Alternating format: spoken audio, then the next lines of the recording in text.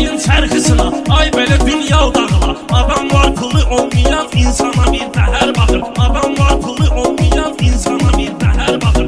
Şadı sizlərdə görmüşsüz, taze söz icad etmeyip, o meydanda sözlü deyib, naləyi fəryad etmeyip, nə qədər xalqımız bir olub torpağı azad etmeyip, əcnəbi dövlətlər Azərbaycana bir zəhər bax, əcnəbi dövlətlər Azərbaycana bir zəhər bax.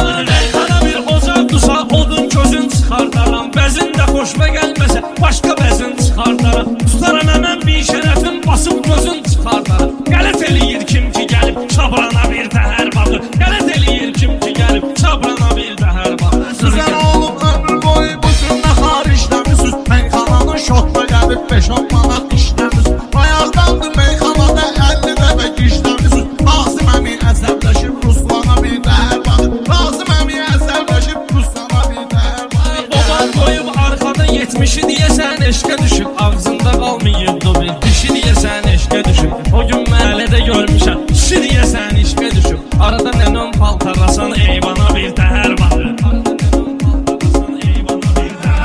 Çalış dinən odun qoyum gərək mən sənin solova. Lüqay çalış hörmət elə həm əli və həm olova. Səndən binə xahişim var tapşır inən öz babama. Qələt eləyir babam sevən canına bir təhər baxır. Qələt eləyir babam sevən canına bir təhər baxır. Bir təhər var, şah qazanır, sonra da qul xəricləyir. Rəşad bir dənə kupletindən 50 usul xəricləyir.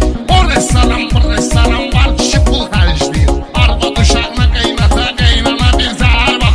Arvad uşağına qeynata, qeynana bir zəhər bax. Qışda gəlməyir işimiz, ehtiyacımız yayadır. Kərbəlayı meyxanada sanki çapılmaz qayadır. Pərvizin kafoydu gözü, biri ayadır, biri çayadır. Bir yana normalni baxır, bir yana bir tər baxır. Bir yana normalni baxır, bir yana bir tər baxır. Onu təkrar eləməyim, mən sonra qüssələm.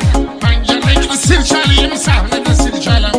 Qardeş Ələkbərdən axı, mən necə şübhələmiyim. Gecələr evdə YouTube açır, Telmana bir zəhər bax.